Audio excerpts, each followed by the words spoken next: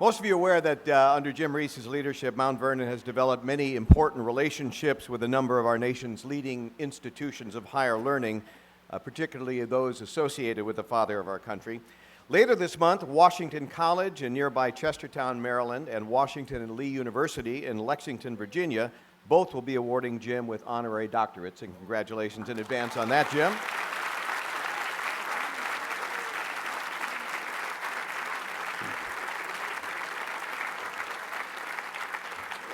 With us this evening are several representatives of one of Jim's alma maters, the George Washington University, an institution that regularly partners with Mount Vernon on a wide variety of programs designed to educate its students as well as the broader public about life and the legacies of its iconic namesake. And it's my pleasure now to present the 16th president of that fine institution, Dr. Steven Knapp.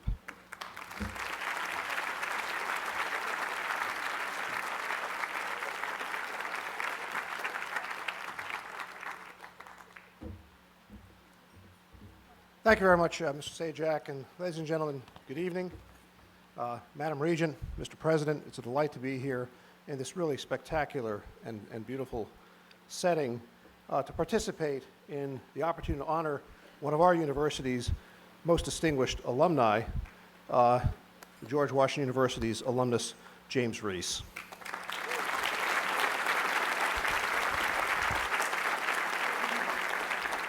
Now, in a moment, I'll read a formal citation on behalf of the university, but first, I'd like to say a few things on a personal note.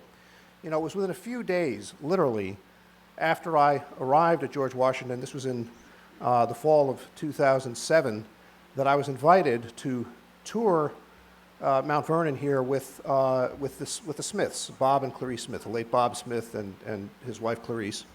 And that was my first opportunity to meet Jim Rees, and he was very gracious in welcoming my wife Diane and me to the estate and gardens, and we had a very nice tour. And two things came out of that initial discussion. One of them was a George Washington University course entitled George Washington and His World. And ever since the foundation of that course, George Washington and His World, we've had our students coming from Washington out here to study the meaning of American leadership and the origins of this great nation right here, where they have the concrete and tangible sense of what it means to be connected to that history. And I really have to thank you for that, Jim. That's a wonderful thing that you started here on our behalf. Now, the other thing that came out of it is actually even a little bit more personal than that, because as many of you know, General Washington was a rather active entrepreneur, and he tried many different industries. And one of those was the wool business, and so he actually had a breed of sheep. And I think you may have seen some of the lambs grazing around here during the cocktail hour. There was a breed of sheep from what was really kind of a feral breed. These were some sheep that had somehow been shipwrecked on an island off the coast of Virginia, Hog Island, and so they're known as Hog Island sheep. And we actually have a number of them being raised right here at Mount Vernon, so that legacy is continued at Mount Vernon Estate and Gardens. And it happens that my wife Diane and I have a little sheep farm in Baltimore County, about 20 miles north of Baltimore. Jim got wind of that, I think perhaps from our initial conversation. And as a result, when my inauguration took place later that fall, on another Mount Vernon locally here, which is the Mount Vernon College campus of the George Washington University up Foxhall Road in Washington, I found myself on that campus being greeted by a drum and fife corps in colonial garb. And Jim was there with two sheep, a male and a female. They're rather intriguing looking breed of sheep. Both the males and females have horns, so they're kind of dramatic looking, although somewhat small in stature, and but very feisty, probably going back to that feral past. And their names coincidentally turn out to be George and Martha. And they are now living, they're now in their fifth year living happily on our farm in Baltimore County. I just wanted you to know that, Jim. We've taken good care of them up there. So,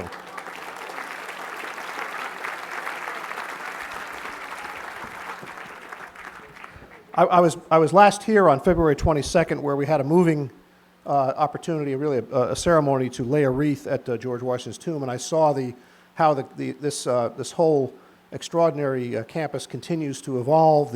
I think the brilliant new color of the main house resulting from the ongoing research.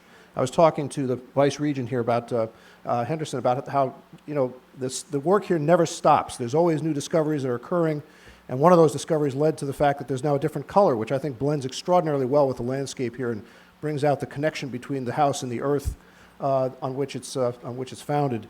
That is really extraordinary. And so I have to congratulate you, Jim, on the way this, ever since I was first here as a young child and then came back in 2007, and ever since then, it's continued to evolve. And so I'm especially, for all these reasons, pleased to confer on Jim Rees the President's Medal of the George Washington University. This is the highest honor that the university president can bestow.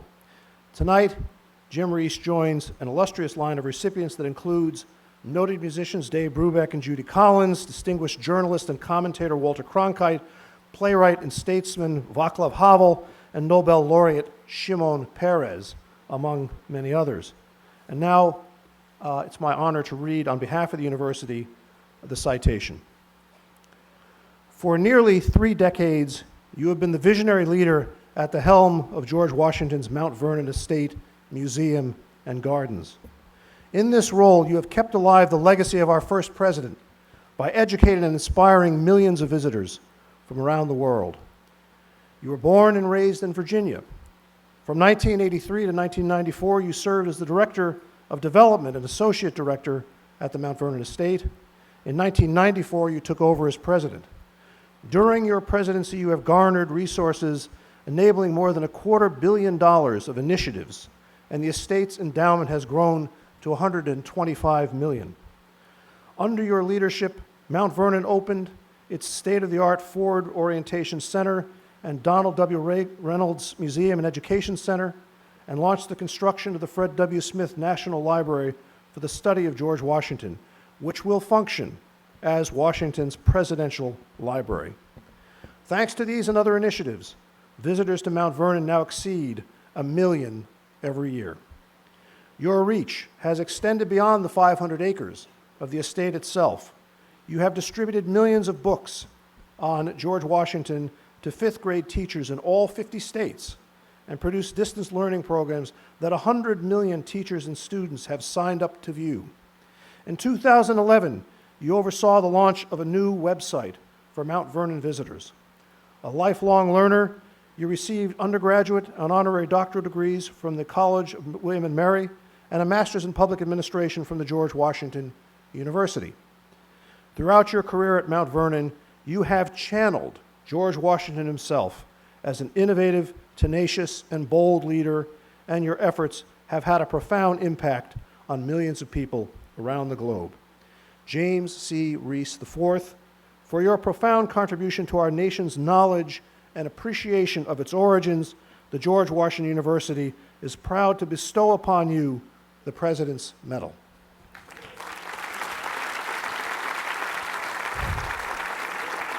Jim, will you please rise?